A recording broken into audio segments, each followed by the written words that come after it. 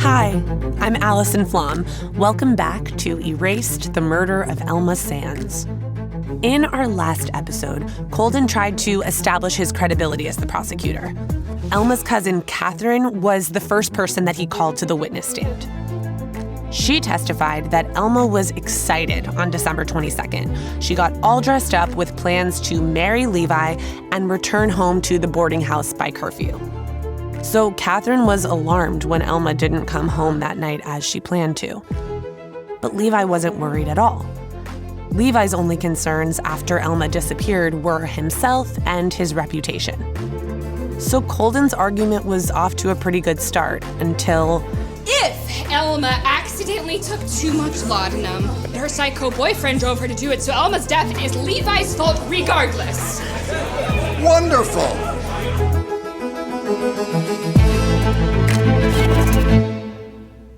And then he was in a tough spot. He suddenly had to prove two things. One, that Elma was actually murdered, which he never thought he would have to prove at a murder trial. And two, that she was lured out of the house and killed by Levi Weeks. So to debunk this emerging suicide theory, he called Elias Ring to the stand. That's Elma's uncle, Catherine's husband. Mr. Ring. And asked him to describe Elma's character for the jury. Elma was joyous, careful, full of virtue, until she was ruined by Levi Weeks. That's right. I'm the one who caught them sneaking around my house having premarital sex. And that started last September, right, Mr. Ring? Yes. When my wife went upstate, all the women and children left the city to avoid the pandemic. But Elma stayed here. It was just Elma and all the boys in the house. So Elma was in a vulnerable position during that time. And I figured them out right away. You see, one morning I went into an empty room and I found Elma's pantyhose and corset and Levi's shirt, like they'd just been in there together. Wait! You found Elma's clothes, but no Elma? She ran back to her room in the nude? So much for cautious and full of virtue. Your Honor, if Elma left her clothes all over the place, ran around the boarding house naked, slept with the first man who paid attention to her, it sounds like she was risky and promiscuous. Risky and promiscuous are the characteristics of a suicidal woman, Your Honor. Speculation, objection. Your Honor, Burr and Hamilton have usurped my line of questioning. Any juror or attorney may ask questions at any time. Regardless, the defense counsel's theory that Julie Elma took her own life is both outlandish and insane. I agree, Mr. Ring. It's insane. Although there were significant holes in this emerging theory that Elma took her own life, the defense lawyers thought they'd found Colden's Achilles heel. If Elma Sands drowned herself, then there was no murder. Case closed. Their client walks. But hold on. In 1799, it was nearly unheard of to drown oneself in a well. Unfortunately, people did kill themselves. That year was actually a very tragic one in New York City. But the methods of the day were hanging, poisoning, pistol shot. Are we to believe that Elma pioneered a new method of suicide the very night she got all dressed up, borrowed a fancy hand muff from her neighbor saying she'd return it the next day, and told her cousin she was off to marry her love? And if Elma took her own life, how do we explain the bruises and wounds on her corpse? There is zero proof of suicide here. We have proof, actually. There is no proof. Elma was happy. She really was. It shattered me to lose her. It was like losing the sunshine. Thank you, Mr. Ring. Nothing further. Mr. Ring, on the day Elma disappeared, how was her disposition? Elma was cheery and sweet that day, as she always was. I remember she asked my wife which handkerchief looked better. What color were the handkerchiefs? Oh, one was blue, I think. And How sure are you about that? pretty sure. Pretty sure? Pretty sure, yes. So you're not totally sure of No. anything you're saying, Yes, Mr. Ring? I'm totally sure.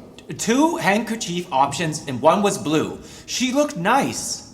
Elma looked nice. Did you often think about whether Elma looked nice, Mr. Ring? Mr. Ring, You did not approve of Elma dating Levi Weeks, right? And why did you have a say in who Elma engaged with, sexually? I don't approve of premarital sex in general, counselors. I'm Quaker. Was Elma a Quaker? No, she wasn't. And no, I did not approve of Levi as a partner for Elma. Elma was too sweet for him, and he's too rough. And this moment is such a microcosm of the two sides of this case. On one side, the immaculately dressed Aaron Burr and Alexander Hamilton. They had shiny shoes and fancy suits and huge reputations on the line, with their political careers and the election of 1800 coming up several months later.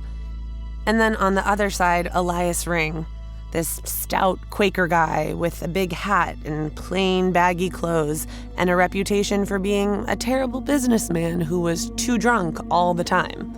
If Elma committed suicide... She was murdered. If she committed suicide, Mr. Ring, would you consider yourself personally responsible? You were supposed to be her guardian. Objection! How dare you! When Elma disappeared, you knew she was dead and gone. What? Did you search for her? We all searched. Where did you search? All the boarders searched the tenements and the almshouses. I'll repeat myself, Mr. Ring. Where did you look for Elma? My neighborhood, Mr. Hamilton. Tenements and almshouses. I'll try again, Mr. Ring.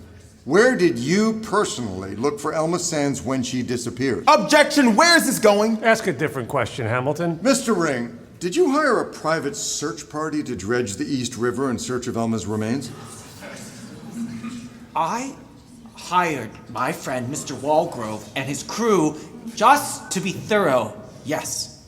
So what? So you weren't looking for Elma. You were looking for a corpse.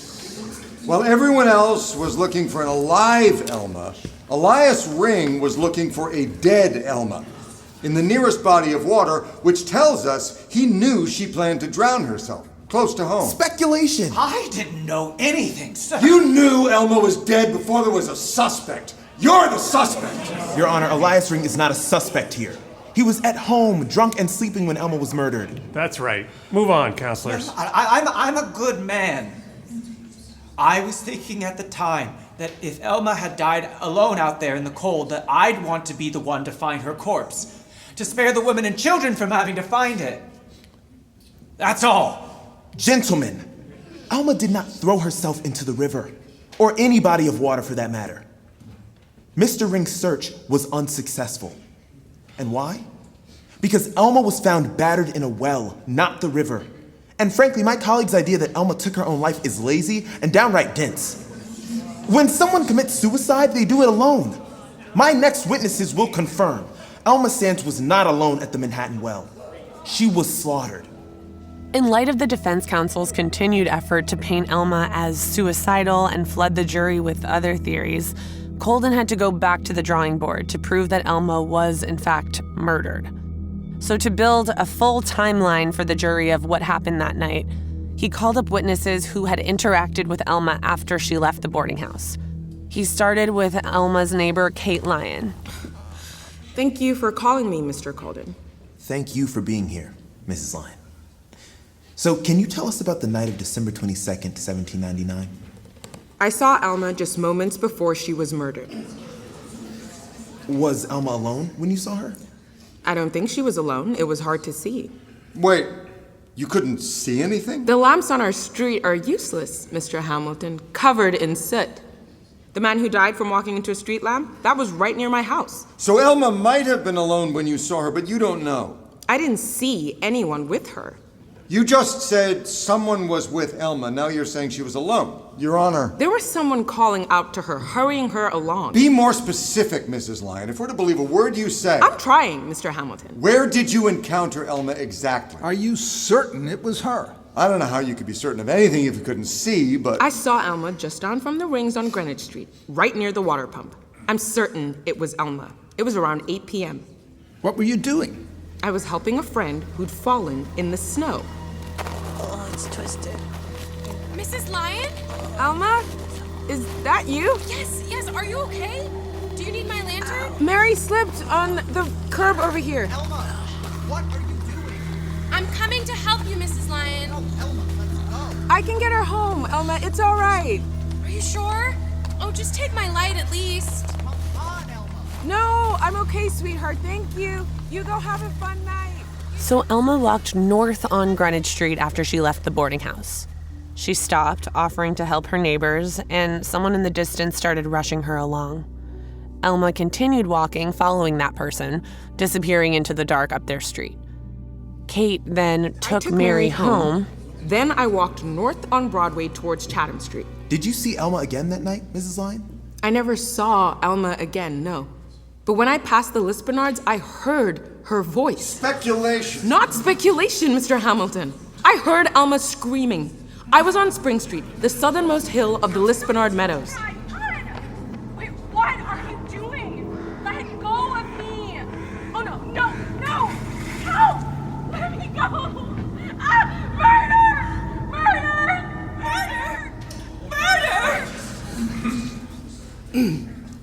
Murder! The cries were shrill. A young woman's voice, most definitely.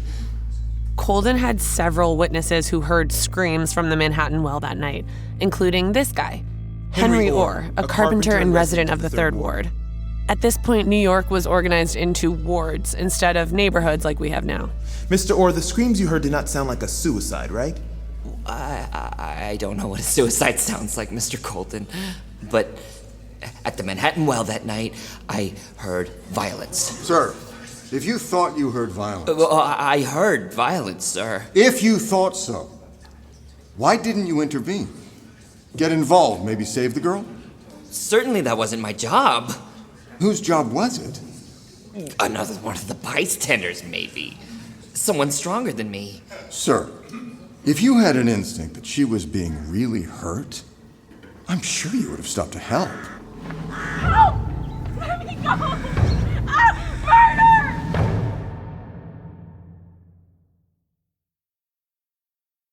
Murder, someone help. The cries still haunt my dreams. She has constant nightmares. I mean, they're constant. Lawrence and Arnetta Van Norden, who also heard the screams that night. I think they were really cute. So you two were together when you heard Elma dying? Oh, yes, we were together. We were together that night. We do everything together. What's the point in marrying someone if you don't want to spend your every waking moment with them? Oh, honey, I love you so bad. I love you so bad. Literally imagine this amount of PDA in a modern courtroom. It's iconic. Can you two please tell the jury what you were doing that night, around 8:30? We were just getting ready to hit the hay. Well, we were putting our pajamas on. What did you hear exactly? Oh, we heard the screams. The screams. The echoes. Elma Sands' very last words ever spoken on this earth. Someone help me. Oh. We rushed over to the window. We have a clear view of the Manhattan Well from our bedroom. It's completely changed our neighborhood. We have to look at it every day and get re-traumatized. We keep our shades closed all the time now. Mm-hmm. Well, Mr. and Mrs. Van Norden, after you heard the screams, what did you see from your window?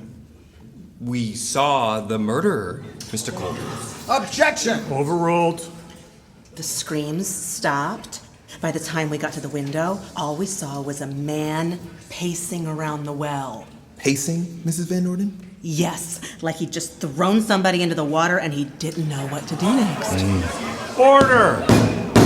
Your Honor, as we know, Levi is known for his anxious pacing, and Levi was with Elma that night, so he is evidently the murderer. Objection! Save your breath, Hamilton. I have nothing further for these wonderful witnesses. Thank you. Mr. and Mrs. Van Norden. Yes, Mr. Hamilton. Nice to meet you. Why didn't you go outside when you first heard the screams?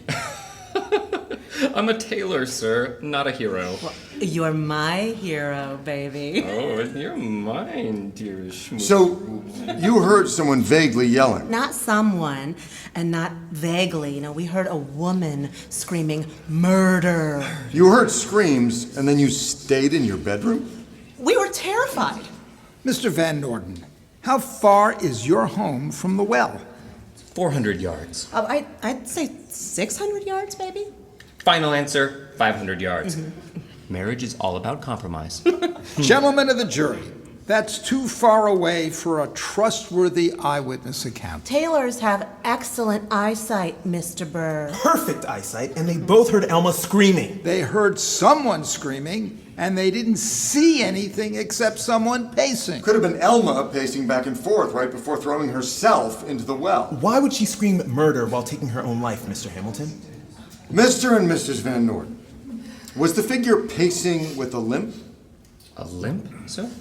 Well, it's hard to say what his gait was like. Because you couldn't see anything.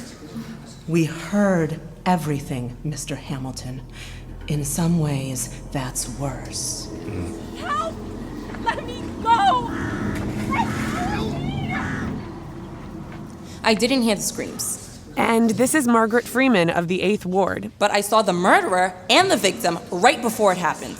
Yet another person who was in the vicinity of the murder site the night of December 22nd. Where did you encounter the murderer, Mrs. Freeman? I was with my children headed home from meeting. And where is your church? Bowery, off the Lisbonards. So on the night of December 22nd? Services ended at 8 p.m. and we started walking home right away because my son had to pee. I can't see my own hands, Mommy. Walk closer to me, Harry. I've got you.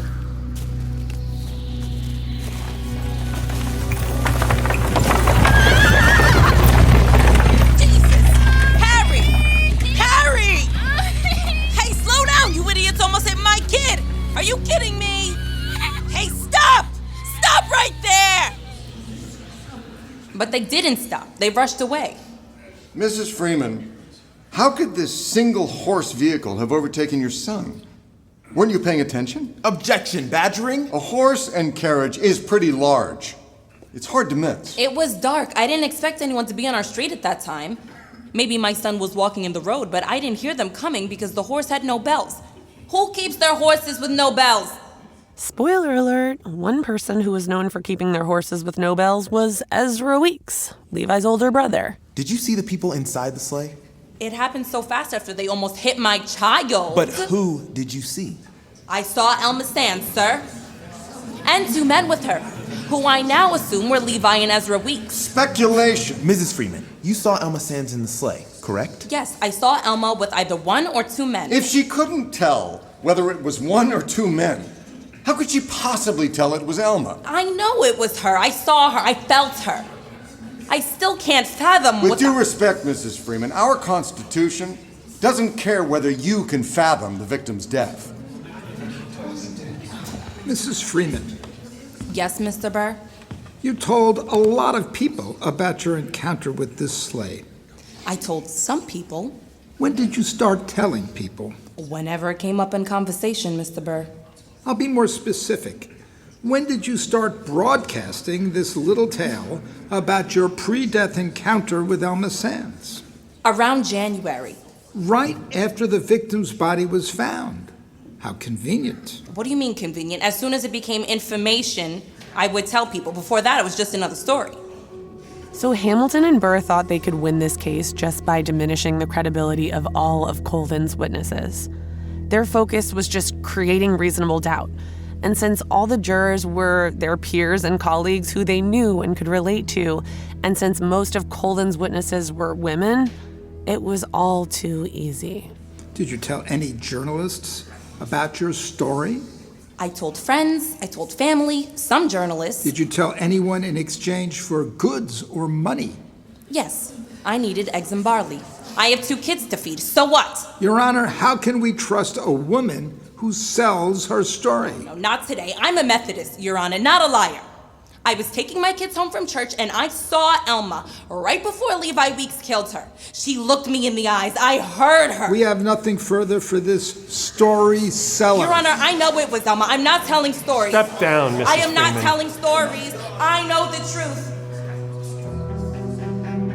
So several witnesses confirmed that there was a sleigh with multiple passengers and no bells near the Lisbonard Meadows around the time of the murder. More witnesses confirmed screams of murder and help me around 8:30. And as you might remember from the last episode, Levi didn't have access to horses, but Catherine suggested that he could borrow his brother's sleigh because Ezra had tons of horses. If Colden could just prove that Levi took Elma to the murder site in his brother's sleigh, case closed, right? So to put this all together, he tried to turn the jury's attention to Ezra Weeks. It was Ezra Weeks. Ezra took out his horse and sleigh the same night, the same hour Elma Sands was murdered. So Colden called Ezra Weeks' neighbor on Nassau Street, Susanna Broad. She was sitting in her house at the time of the murder, and her window overlooked Ezra's horses in the yard. Ezra's horses? What time did Ezra's horse and sleigh leave the property that night? Just before 8 p.m. And when did the vehicle return? Within the hour. 1 hour! Just enough time to pick up Elma and Levi on Greenwich Street, or to go... Objection, leading the witness. Or go to the Manhattan Well and assist his brother in a murder. Nothing further from the prosecution. Thank you, Mrs. Broad. Mrs. Broad, or may I call you Susanna?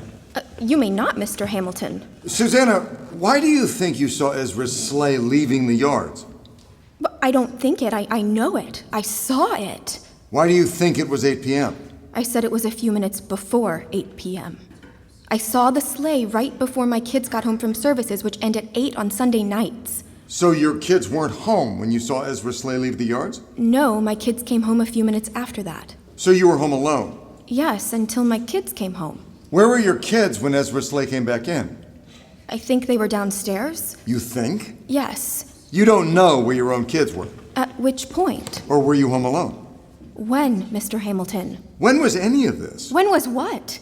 I saw Ezra's horse and sleigh leave the yard just before 8, then my Susanna, kids... what month? What did you say, Mr. Burr? Was it Christmas? Was what Christmas? Did you see Ezra Weeks in his lumberyard after or before Christmas? I see him all the time. He's my neighbor. So you saw him after Christmas? Yes, I also saw him after Christmas. So you didn't see him on the night Elma went missing? I did. Of course I did. Susanna, when did you realize that you had important information about Ezra Weeks' sleigh? When I saw Elma Sands' corpse in the yard of the boarding house, early January. Everybody was talking about the body in the box outside Elias and Catherine Ring's house. I had to go see for myself. Catherine put her cousin's body on display outside her house for thousands of people, like Susanna, to come see for themselves. More on that in the next episode, but Catherine Ring's decision to display her cousin's corpse outside 208 Greenwich Street changed the course of, everything.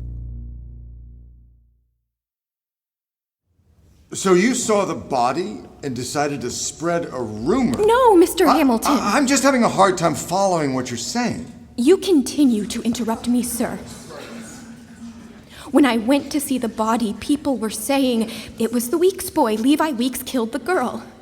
I knew Ezra was his older brother. I thought so maybe... you thought you should start telling people that you thought you saw Ezra's sleigh maybe the night Elma disappeared. Just in case it mattered. So before Elma's body was found, you never concerned yourself with when or why Ezra Weeks took out his horses. Well, it happens frequently, Mr. Hamilton, so And you happened to be home alone when you saw it happen this time. Plus, all this may have happened in January, so... So this witness has zero credibility, folks. She doesn't know what she's talking about. I know what I'm talking about. I saw Ezra Weeks take his horse and sleigh out on December 22nd. He keeps his horse with no Your bells. Honor, I thought... nothing links Ezra's sleigh to Elma Sands' death. Can we move on from this tangent? Strongly disagree, Mr. Burr. Elma left the Ringses at 8. She was seen in a sleigh at 8:15. Her screams were heard from the Manhattan Well at 8:35. If Levi murdered Elma 30 minutes after they both left the boarding house... Objection, speculation. I said if. And if Levi brought Elma to the murder site in a sleigh, the only sleigh he could borrow was Ezra's. Elma may have walked to the well. It was much too cold for her to walk from Greenwich Street to the Lispinards. She was walking to end her life, Colden. She wasn't thinking about the temperature. She actually did consider the cold. Maybe she jogged. She borrowed a hand muff to stay warm. She had plans to get married and then return the hand muff, not end her life. Plus, it was almost Christmas. That's your evidence, Colden? Christmas? What is a hand muff? The accessory that Elma wore that night. 11 days after Elma vanished, a young boy found it floating in the Manhattan Well. That's how her body was discovered in the first place. The hand muff was an extremely important clue. Without it, Elma's body may have never been discovered. This little dude found it. The prosecution calls William blank. And his testimony was vital for Colden's case. Sit down, William. I cannot see Mr. Colden. Okay, here, sit on these books. However, kids weren't really in school at this point. What little education they were getting would have been from church. So William's time on the stand went like this. That's better. So, William, tell the jury about that thing you found in the Manhattan well. Well, I was playing Snow Angel on the Lisbonard Meadows. William, you're under oath. You are very short, Mr. Burr. Even shorter than the pictures in the paper. Do you know what an oath is? Nope. But I was playing Snow Angel on the Lisbonards, and I noticed... How old are you, boy? Almost 13. Are you Alexander Hamilton? Yes, I am. Can you read? No. Well, I can read at church. Can you read, Mr. Hamilton? Your Honor, this is a child, not a credible source of information. He's one of my key eyewitnesses. I just can't admit his testimony. I'm sorry, Colden. So when something didn't work for Hamilton and Burr, a rule had to be made against it. Poor little William Blank was removed from that witness stand faster than Hamilton ran to Mariah Reynolds when Eliza left town. Sorry, said it. William, hey, buddy, you can go sit back down. Colden had to scramble. This was a twist. He'd really been counting on little William. Okay. What about his parents? William, do you have a grown-up in the courtroom with you? Yeah, my dad's in the back row. What's his name? Andrew. Don't call him Andy, and don't mention the missing buttons on his shirt because he will get really mad. Andrew Blank? The prosecution calls Andrew Blank father of William Blank. So Andrew Blank was not a witness that Colden was planning to call. He was only there in the courtroom to accompany his son, who was called to testify about the hand muff, but clearly that backfired. So Andrew Blank came up to the stand and became an unexpected hero for the prosecution. Check this out. Mr. Blank, your son found Elma's hand muff, right? That's right, Mr. Colden at the Lisbonards. He knows not to go near the well, but he saw it floating right on the water. He carried it home to me like a treasure. I followed him back to the well. What did you see when you got there, Mr. Blank? I noticed a sleigh track. A sleigh track? And the footprints around the well. Elma's footprints, most likely. Mr. Burr, you don't know whose footprints they were. If there was only one set of footprints, Elma must have been alone, Colden, for her suicide. Or Levi carried Elma from the sleigh straight to the well and they were his footprints. Speculation. Or Elma walked too lightly to leave footprints. If I may, Your Honor. Yes, go ahead, Mr. Blank. Colden, you don't make the rules. But yes, go ahead, Mr. Blank. The footprints I saw were large and flat, like heavy boots. Heavy boots! And Mrs. Ring? Catherine? Me? Yes? Yes, Mr. Colden? Should I come back up there? Not necessary. Just tell us about Elma's feet, please, Catherine. Or her shoes, specifically. Actually, I always made fun of her little feet. Her shoes were arched and dainty. Oh, like a child, like a ballerina. Yeah, that's right. Elma had tiny little feet. But you would always look hurt. Elma had tiny feet. But the footprints at the well were heavy and flat. They were Levi Weeks' footprints, Your Honor. He dumped Elma into the well, he paced around in the snow. Objection! And clearly no one had been to the well in days or the muff would have been discovered sooner. Your Honor, objection! Move on, Colden. Mr. Blank, do you go to the Lisbonards very often? It's near my house and I let my son play there, but otherwise no. So your family doesn't get their water from the Manhattan well? Oh no, definitely not. But it's the closest well to your house, Mr. Blank. Why don't you use it for water? The Manhattan Company doesn't care about clean water. They're frauds. Wells are a scam, they're dirty, and they don't even pump water to the homes that pay for it. Did you know that Mr. Burr created the Manhattan Company? Ah, shoot. And you just admitted that Aaron Burr is untrustworthy and corrupt. Objection! It's just the pipes are wood, not iron. And I've lost so many friends to the fever, I didn't mean to offend anyone. You're not offending anyone. I'm offended, Your Honor. And even though he's offended, Aaron Burr's company did own the murder site. This is the unbelievable situation. In the late 1700s, as I've said, Aaron Burr and Alexander Hamilton didn't have any money personally. They were both constantly in debt, but they really wanted to control other people's money. The city's money, Federalist money, Democratic Republican money. Aaron Burr wanted to start a bank. But Hamilton shut him out of all things fiscal after serving as the nation's first Secretary of Treasury. He was not about to let his frenemy get involved and start a bank. So instead, Aaron Burr started the Manhattan Company in 1799. Aaron Burr knew that people were panicking about the yellow fever potentially being caused by dirty, brackish water from the collect. So he saw an opportunity to start a business and call it a municipal waterworks. He put some wells up around Manhattan, including the one where Elma was murdered, and the Manhattan Company was created. But there was some fine print in the whole Manhattan Company deal. It said that the company, aka Aaron Burr himself, could do whatever he wanted with its surplus money. So of course he opened a bank. His concern was not clean water nor good water wells, but he did use the idea of clean water to start a company that's now Chase Manhattan Bank. Dirty water, dirty money. Am I right? Well, I don't think Mr. Burr himself built the wells. Obviously. I'm a public figure and politician, not a builder. Oh, I didn't realize. Who built the wells, Mr. Blank? Do you know? Probably Mr. Weeks, right? Doesn't Mr. Weeks do all those kinds of contracts? Objection! Relevance! Mr. Blank, did you say Levi Weeks built the Manhattan well? No, not Levi. Ezra. Order! Your Honor, stop this. Your Honor, who cares if Ezra Weeks does freelance work for us? It's tangential. Well, this is something. This is really just something. I didn't realize that Levi and Ezra Weeks are such close friends with the opponents here. All due respect, Your Honor, analyzing our relationship to our client is a profound waste of the jury's time. I'd agree with that. If Ezra built the murder site, plus his horse and sleigh were used in the murder, plus he was always looking out for Levi, who wanted his girlfriend Elma out of the picture. Your Honor! Questions, Colden? It's obvious to me that the Weeks brothers murdered Elma in cold blood, dumped her in the well, Colden, and they thought they'd get away with you're it. finished. Defense counsel, it's your witness for cross-examination. Finally, Mr. Blank, good afternoon. Good afternoon, Mr. Burr. I'll disregard your assassination of my name and my company and just ask you, how do you have so much information about so many things? Excuse me? You seem to have a lot of intricate details for someone who's not remotely important to this case.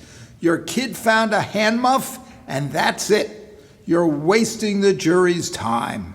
But I found her. What, Mr. Blank? I helped find Elma, which no one's asked me about quite yet. Wait, why hasn't this come up? You found Elma, sir? On January 2nd, 1800, in the Manhattan Well.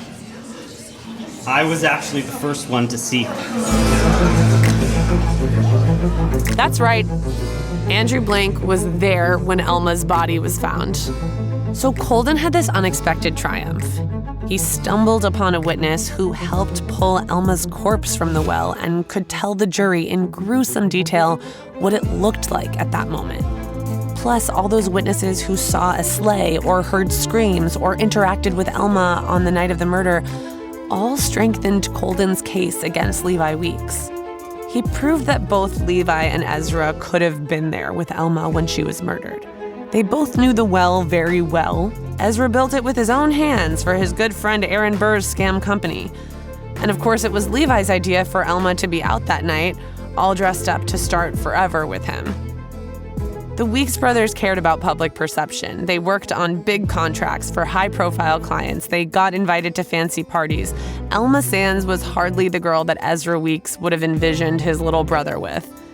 Perhaps they wanted to get her out of the way. Permanently. So a few hours into the trial, Colden was feeling more confident. It seemed like he was bound to win. But in the next episode, one of his star witnesses turns against him, and Catherine's decision to display her cousin's body to the public has earth-shattering consequences. This is Erased. Stay with us.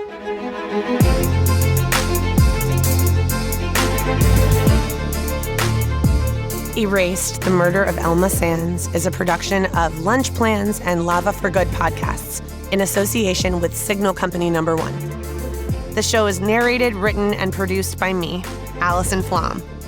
It stars Allison Williams as Catherine Ring, Tony Goldwyn as Alexander Hamilton, Barry Scheck as Aaron Burr, and Jason Flom as Judge John Lansing. Our executive producers are Allison Williams, Jason Flom, and Kevin Wardis. This show is produced by Goldhawk Productions. The show is sound designed and mixed by Steve Bond. The music is composed and performed by Sasha Putnam. The producer for Goldhawk is Andy Goddard, with production management from Emma Hearn. The executive producer for Goldhawk is John Scott Dryden. You can listen to every episode of Erased, The Murder of Elma Sands, right now, ad-free, by subscribing to Lava for Good Plus on Apple Podcasts. You can also follow the show on TikTok, Instagram, Facebook, and Twitter at Lava for Good. And for more information on this story, plus a complete list of our incredible cast, visit lavaforgood.com/erased.